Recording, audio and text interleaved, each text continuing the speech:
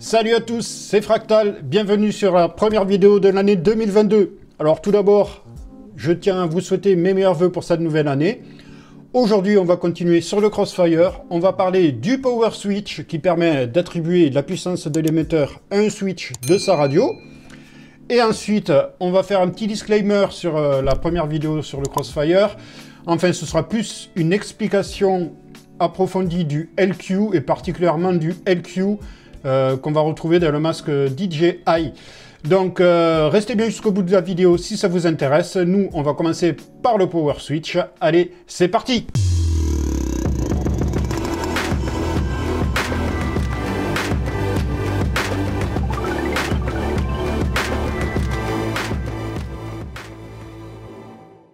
En préambule du Power Switch, on se rend dans Modèle, on va sur ses mix,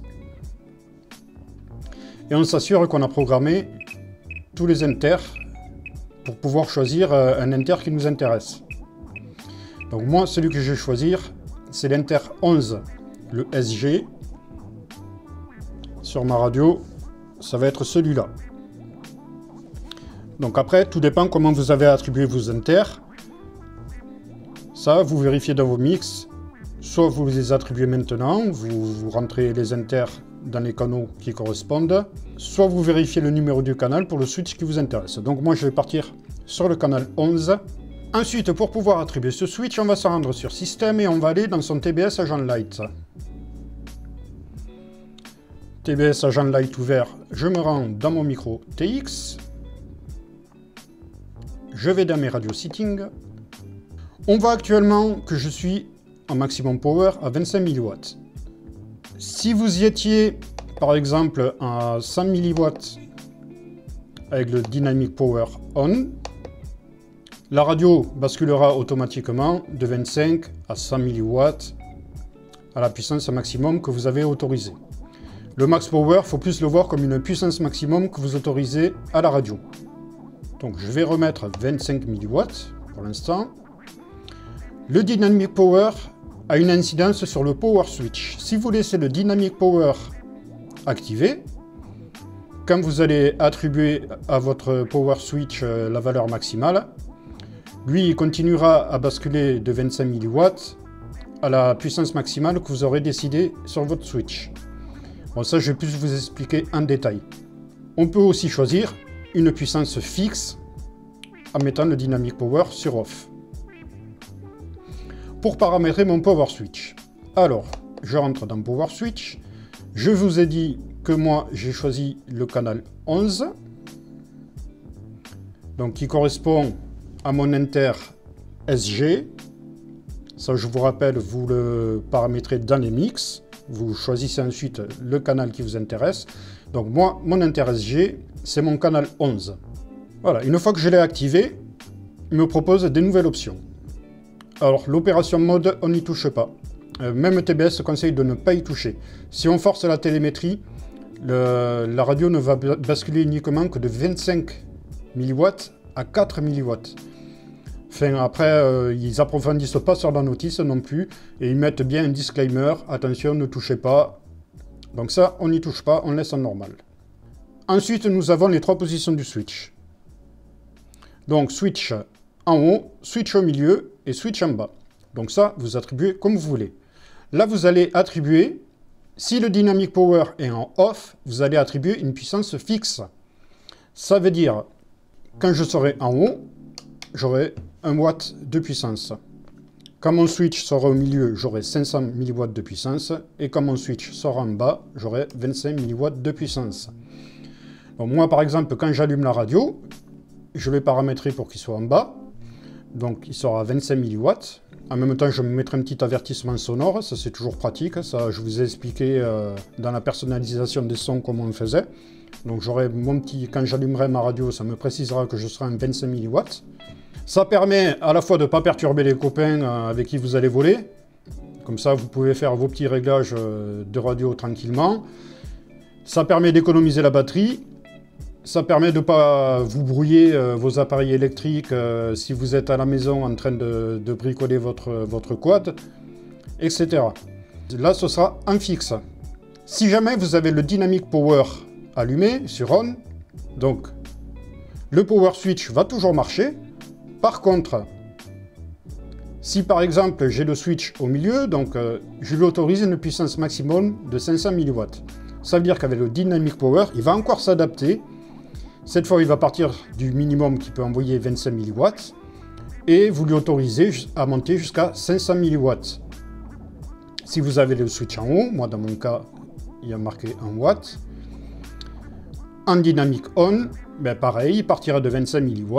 Et là, je l'autorise avec le switch en haut à monter jusqu'à 1 watt. Moi, dans mon cas, je reste en Dynamic Power Off. Ça, c'est au choix. Après, si vous voulez utiliser le Dynamic Power, vous pouvez l'utiliser. J'ai essayé de me renseigner pas mal sur les avantages en laissant un Dynamic Power en off, ne pas utiliser le Dynamic Power. J'avoue que j'arrive pas à trouver d'informations vraiment pertinentes. Donc si vous, de votre côté, vous avez des informations sur ce Dynamic Power, est-ce que ça rajoute de la latence, est-ce que ça peut causer des problèmes ou autre, n'hésitez pas à le dire en commentaire, on est là pour partager les connaissances. Donc par exemple, on pourrait très bien limiter la puissance maximum à 500 watts. Hop, voilà. Quand j'aurai le switch en haut, je serai en 500 watts. Quand je serai au milieu, je limite ma puissance à 250 watts. Et switch en bas, je laisse à 25 mW par exemple. Alors, je tiens à préciser des petites choses que j'avais expliquées, mais très rapidement sur ma première vidéo sur le Crossfire.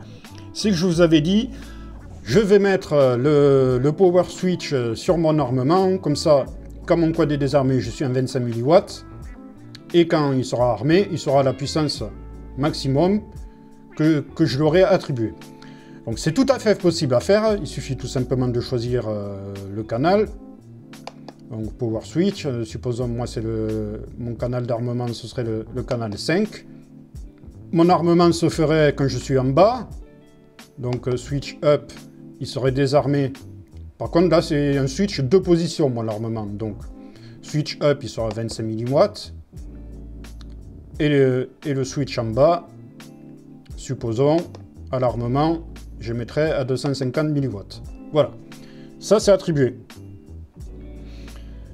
De la même manière, je voulais l'attribuer sans utiliser le Dynamic Power, donc c'est des valeurs fixes. Le mettre sur l'armement, c'est une bonne et une mauvaise idée, dans le sens où certes vous libérez un switch. Votre switch que vous souhaitiez utiliser précédemment, vous pouviez l'utiliser pour autre chose. Mais comme l'ont fait remarquer plusieurs personnes, si par exemple vous crachez, que vous êtes loin par réflexe, vous allez désarmer, vous allez tomber en 25 mW. Sauf que lui, il est en train d'émettre par exemple à 500 mW au max, parce qu'il avait besoin de 500 mW pour avoir la liaison. Vous allez vouloir enclencher par exemple votre Turtle Mode, et même s'il repasse en 500 mW, c'est pas dit. Peut-être qu'il aura du mal à recapter la position du quad. Après, par sécurité, pour pouvoir toujours émettre à la puissance que j'ai décidé, j'ai préféré me le mettre sur un switch séparé.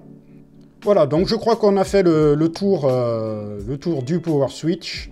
C'est pas bien compliqué pour le mettre en place. Il suffit d'avoir ses mix paramétrés, de choisir le bon canal, de choisir le comportement de son switch en haut, le comportement de son switch au milieu et le comportement de son switch en bas. Non. Donc je vais vous faire une petite démo. J'ai mon quad là sur le côté, je vais mettre une batterie pour l'alimenter. Voilà, il récupère les données télémétriques. Hop. Alors, ça c'est les capteurs que je me suis programmé. Donc nous avons la puissance d'émission, 25 mW. Donc moi j'ai mon switch en bas. Le switch que j'ai désigné qu'en bas.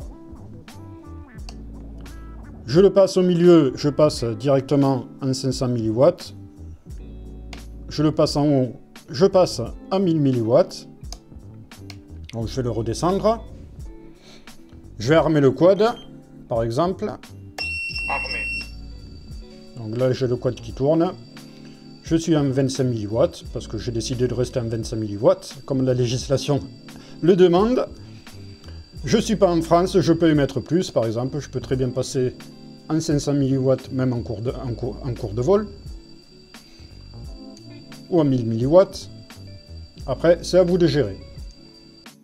Alors, tant qu'on est dans le Crossfire, je voulais revenir sur le LQ et le Crossfire. Le LQ qu'on va retrouver dans son masque DJI. Je vous avais montré que dans la configuration de mon Nano RX, j'ai attribué un canal, un channel pour pouvoir communiquer avec ma FC et ma radio. Alors en fait, après renseignement, j'ai pas mal bûché le truc, c'est valable pour le LQ uniquement. Depuis, en plus ça fait un moment, Betaflight 4.2 il me semble, on n'est pas obligé d'attribuer un canal pour avoir le RSSI dans son OSD et avoir la télémétrie dans sa radio. Le LQ c'est la qualité du lien et Crossfire conseille d'utiliser la qualité du lien dans son OSD pour avoir des valeurs plus précises.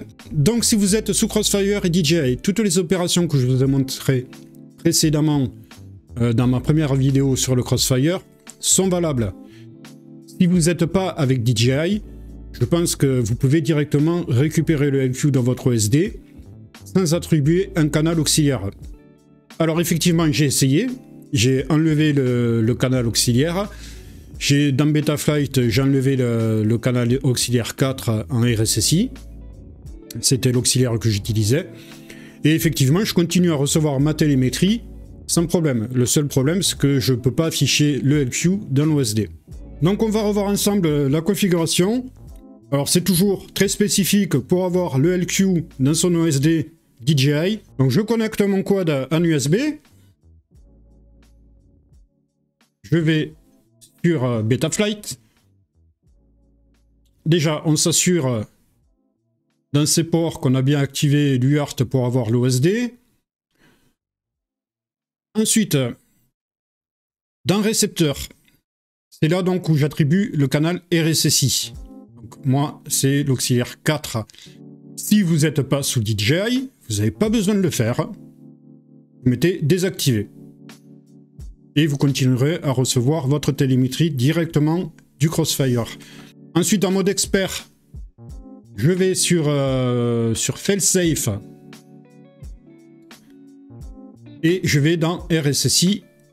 Je sélectionne donc mon auxiliaire 4 qui correspond au canal RSSI. Alors, ce qu'il faut comprendre, c'est que RSSI, c'est le LQ. En faisant cette opération, en fait, Betafly considère toujours comme RSSI, mais en réalité, c'est remplacé par le LQ. Donc, je mets 7 et je lui mets la valeur minimum de 1000. Alors, j'ai des explications à quoi ça sert. La dernière fois, je ne savais pas trop à quoi ça servait. Alors, le fait de faire ça, quand on utilise justement le LQ en remplacement du RSSI, ça permet que si vous partez en failsafe, votre LQ tombe bien à 0 dans votre OSD. Si vous tombez en failsafe, Betaflight par défaut va prendre en compte la dernière valeur reçue par votre canal. Donc, il va appliquer au canal la dernière valeur reçue. Donc, par exemple, vous êtes en failsafe, mais vous aurez toujours 70% qui est affiché dans votre canal. Donc, c'est pour ça qu'on fait cette opération. C'est pour lui dire que quand le canal est à sa valeur minimum de 1000, il faut qu'il m'affiche en gros dans l'OSD 0%. Donc, vous saurez que vous êtes en failsafe. Bon, de toute façon, vous allez le voir, votre quad il va tomber. Mais en gros, ça sert à ça. C'est pour vous afficher la valeur exacte quand vous êtes en failsafe. Je pense aussi que ça a une relation avec le GPS Rescue, que Betaflight détecte votre failsafe et qu'il engage le GPS Rescue. Pour avoir la valeur LQ dans son OSD, donc on va aller dans OSD et on va choisir valeur RSSI. Je vous rappelle, c'est la valeur RSSI en faisant cette manip est remplacée par LQ. Alors, je précise bien que c'est dans les paramètres de l'agent Light. On attribue la valeur de son auxiliaire soit à LQ, soit à RSSI, soit LQ RSSI. TBS conseille d'utiliser LQ. Les gros youtubeurs comme Bardwell conseillent également d'utiliser LQ. Donc on ne va pas choisir LQ RSSI parce qu'en fait ça fait un mélange des deux et c'est pas super précis apparemment. Nous, ce qui nous intéresse, c'est d'avoir le link quality, donc on choisit LQ dans son canal auxiliaire. Et comme je vous expliquais, le Betaflight, ce qu'ils appellent RSSI du coup, va être remplacé par le LQ. Pour avoir la valeur LQ dans son OSD, on va cliquer sur valeur RSSI. Et ensuite on fait sauvegarder. Par exemple, moi j'ai essayé de mettre, si je mets qualité du lien, donc qui serait le link quality, là je l'ai, d'ailleurs je vais l'enlever, ça sert à rien, il n'est pas affiché dans mon OSD. C'est quand je mets la valeur RSSI, il le remplace par le LQ automatiquement. Une autre chose importante à préciser, ça va être la façon dont on interprète le LQ et savoir à quel moment on revient se poser. À quelle valeur affichée de LQ on revient se poser. Ça va être variable selon le profil que vous avez choisi, le profil dynamique que vous avez choisi. Donc le profil de rafraîchissement. Je vous rappelle le profil de rafraîchissement, on l'a dans le Nano RX, dans Général, et ici RF Profile. Donc on a le choix entre le dynamique qui va basculer en mode 1 à 50 Hz ou en mode 2 à 150 Hz. À savoir qu'en dynamique, ce qui est plus conseillé pour le long range, vous allez rester en dynamique parce que tout simplement, quand vous allez commencer à perdre des informations, que la qualité du lien sera moindre, il va automatiquement basculer en mode 1, donc en 50 Hz, afin de récupérer le maximum d'informations possibles et maintenir une certaine qualité de lien. Mais ça va jouer sur le LQ, sur la qualité du lien que vous recevez dans votre OSD. Ça, c'est important à comprendre. En 150 Hz, alors, pour tout ce qui est freestyle ou environnement proche, vous pouvez rester en 150 Hz ou le bloquer en 150 Hz, car c'est là où vous aurez le moins de latence. Mais comme je vous disais, il va falloir surveiller son LQ si vous commencez à partir assez loin. Donc moi, comme je ne fais pas de long range avec mon quad, sauf si un jour peut-être j'ai envie de faire du long range, ben je basculerai en mode dynamique, je laisse sur 150 Hz. Donc ça c'est le RF Profile. Alors pourquoi je vous dis ça? Parce qu'on va interpréter différemment les valeurs qu'on reçoit dans l'OSD. Le RF Profile, on peut le récupérer dans sa télémétrie. Alors je vous disais, le mode 2 c'est 150 Hz. Donc moi je suis bloqué en mode 2, donc le RFMD. Quand vous allez basculer en mode 1, eh bien, ce sera RFMD mode 1. Donc vous pouvez avoir cette information lorsque vous êtes en Dynamic Profile entre le fait quand il bascule du mode 1 au mode 2. Donc je voulais juste vous montrer ça et que vous compreniez la notion entre le mode 1 et le mode 2. C'est important pour les explications que je vais vous donner. Donc pour l'interprétation du LQ, lorsque vous êtes en Dynamic Profile, quand vous êtes en mode 2, le LQ dans l'OSD affichera toujours 99%. Quand il va basculer en mode 1, alors je regarde mes petites notes, vous m'excuserez, il sera autour de 70-80%. Et c'est la valeur où il va falloir revenir s'opposer. À moins de 70%, là vous êtes au ras des pâquerettes, vous allez faire un fail-safe. Donc en mode dynamique, quand il est mis en mode 2, en 99%, vous aurez toujours 99% qui est affiché. Quand il bascule en mode 1, vous tournerez aux alentours de 70-80%, mais attention, il est temps de revenir sur vos pas pour récupérer votre mode 2 et éviter de basculer en fail-safe. Si jamais pour une raison quelconque vous bloquez en mode 1 à 50 Hz de rafraîchissement, alors là c'est pareil, à 80% on envisage sérieusement de revenir se poser. C'est que vous êtes vraiment limite. Après je vois pas pourquoi vous voudriez basculer uniquement 50 Hz. Si c'est pour du long range, utilisez le Dynamic Profile. Alors, dernière des choses, si comme moi vous êtes en mode 2, donc en 150 Hz permanent, votre LQ va descendre beaucoup plus bas. il peut descendre jusqu'à 30-40% et en plus il va descendre beaucoup plus vite. En fait, le LQ, il faut comprendre que c'est à titre d'information, c'est une qualité de lien. Donc comme là on le bloque à 150 Hz, il va utiliser une plage beaucoup plus grande. À la fois il va descendre plus rapidement, par contre vous inquiétez pas, vous pouvez voler jusqu'à environ 40% de qualité du lien.